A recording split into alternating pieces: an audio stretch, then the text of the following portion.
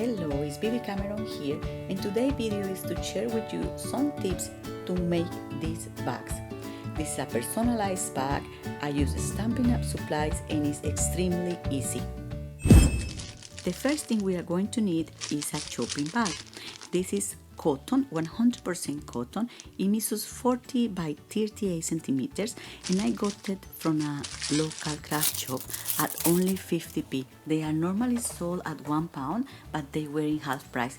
So apart from being super easy, this project is also inexpensive. I'm sure you can get cheaper bags online.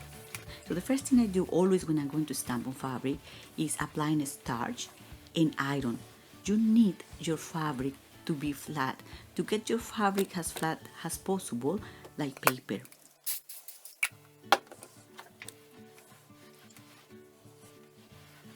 If you see here, my fabric is quite stiff right now, and that's what I want. This makes all the difference when you are going to stamp.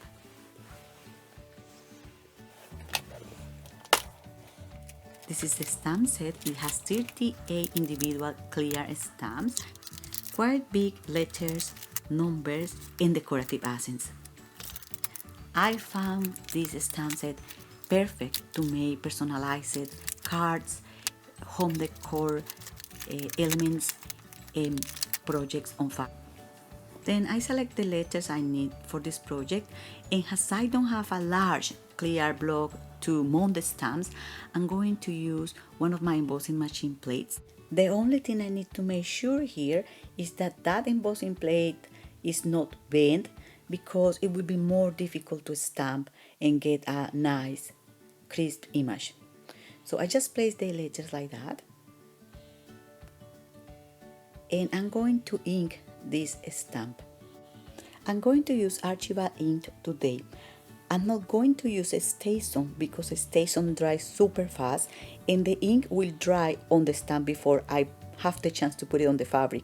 So this is a slow drying ink, and it's quite better to do this. So this is what I'm going to use today, but you will see I will have to stamp twice, because despite I'm making a lot of pressure on the stamp, I'm sure the ink won't penetrate completely in the fabric because I didn't wash it. I thought it wasn't necessary. I prefer to stamp twice, so that's what I'm doing here, and remove any excess of ink around the stamp to avoid stain the cloth. So I'm overlaying the stamp here as perfect as possible, and then I apply pressure again. I apply a good pressure on that stamp, so I just put all the weight of my body on the stamp. Then I'm going to remove these letters and I'm going to assemble the other word.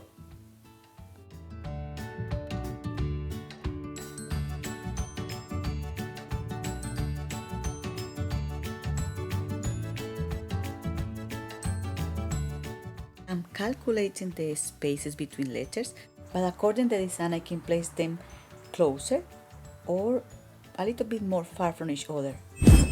Something I forget to mention and to continue is that behind your Stazon pads or your ink pads, there is a notice, and you can find there which surfaces are appropriate to cover with this ink. Stazon says it's not appropriate for fabric, and this one says it's waterproof, permanent, and acid free. So if it says waterproof, I think I could use it for stamping on fabric. And I also could be able to wash this bag at some point, and the ink will remain on the product. Then I start my second word. I'm going to do exactly the same I did before. I apply good pressure, but due to the quality of this cotton, I think I will have to stamp again this word as well.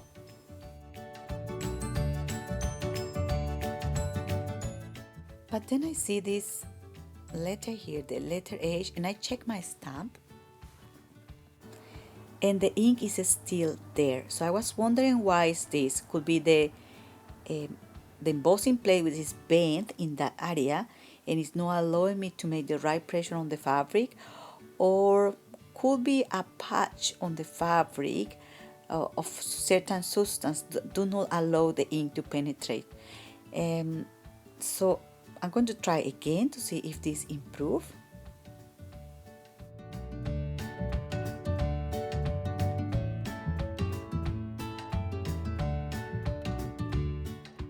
And I'm making a lot of pressure. Please notice that I'm a quite bit far from the project because of the camera position, so it looks a quite bit exaggerated. And let's see. Well, the stamping improved a little bit more, but the letter H is not getting well, so I think it's something in the fabric that is not allowing the ink to penetrate well. I'm going to grab another stamp in the set. This is a decorative element, and it's just to add some extra tint to this design. And you will notice that because this is a small stamp, the process to stamping on the fabric is easier and is quick. It is a quite bit different when you have bold, large image.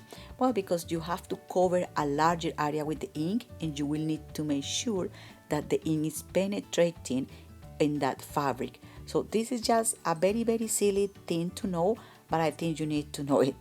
So the next step in my project is grabbing my Bigz L die, and I'm going to cut some flowers in fabric to create some embellishments for my bag. The die will cut fabric, paper, leather, denim, even thin chipboard or metal. So when you compare the prices of the tools I'm using in this video versus all the things you can create with them, they result to be very, very, very affordable, because there are endless uses for these two items. I can make leather necklaces with this flower as well. I have another video tutorial to show you how I do that. Belts, keyrings, and many things you can add to your craft stock. If you sell craft, this is a have tool. You can create flowers in different sizes with this die. You can also make brooches in fabric in minutes. You don't need to cut all the pieces. You can also cut individual petals to build 3D flowers. So there is not another die in the market like this one. And today I'm making a very, very basic flower just to embellish this bag. And I'm going to attach the flower with a brad. This brad has long legs, and all I need to do is to create a tiny hole in the fabric to be able to put them through. There is one thing in this flower that you need to know, is that the center of the flower is a little bit bigger than actually the size of my brad. So I'm going to need to put something there to stop the brad to passing through the hole. And I'm just going to grab a piece of fabric, and I'm just going to put it there with a little hole just to hold the flower in place.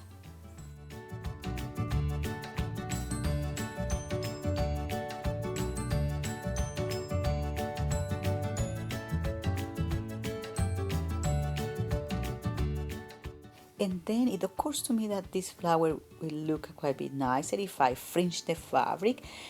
I intentionally have trimmed a piece of red fabric here, and it's because I also want to reinforce the country style in this bag.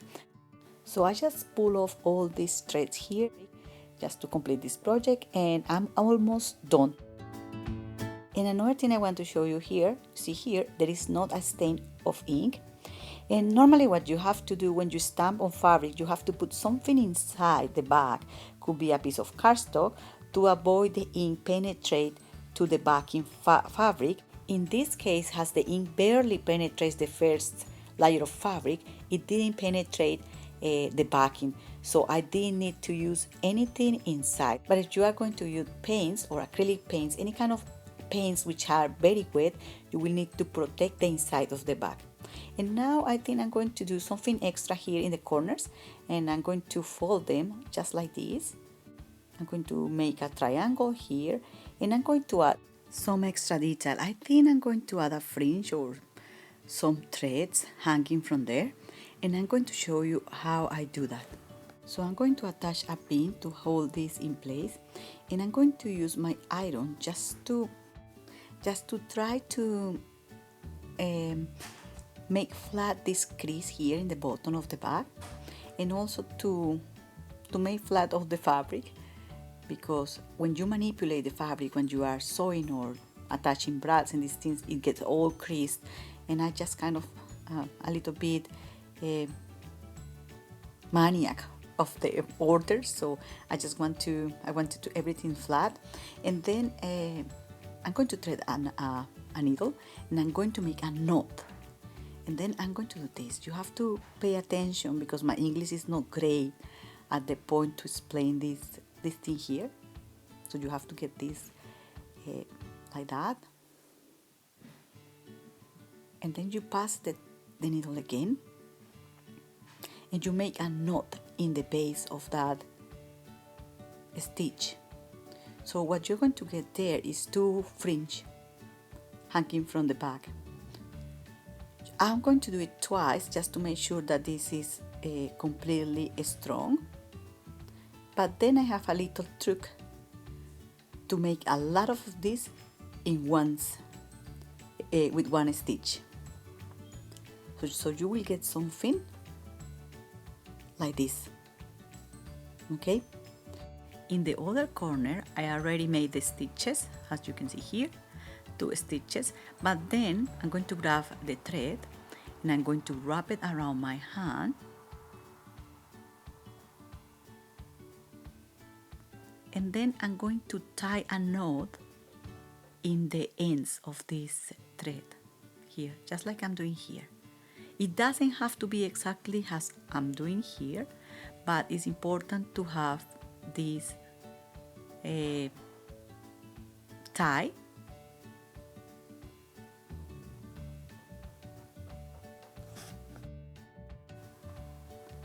like this.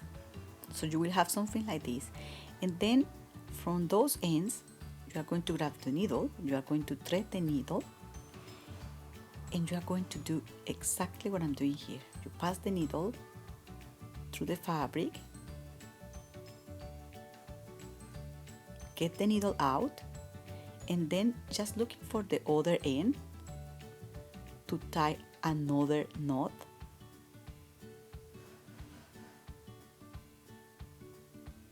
And you just tie the knot very, very tight. You need to make this very sturdy. I don't know exactly if that's the word. I will need more vocabulary to explain sewing, because my vocabulary is so short. So then you just cut the threads like that, and then you get a lot of threads there. It's just a silly embellishment, but I think it adds a little bit extra to the bag. So we are done. Remember that I always add many details, as many as I can, so in one tutorial you can have many different ideas. This is all for today. Do not forget to subscribe to my channel and visit my blog for many more ideas.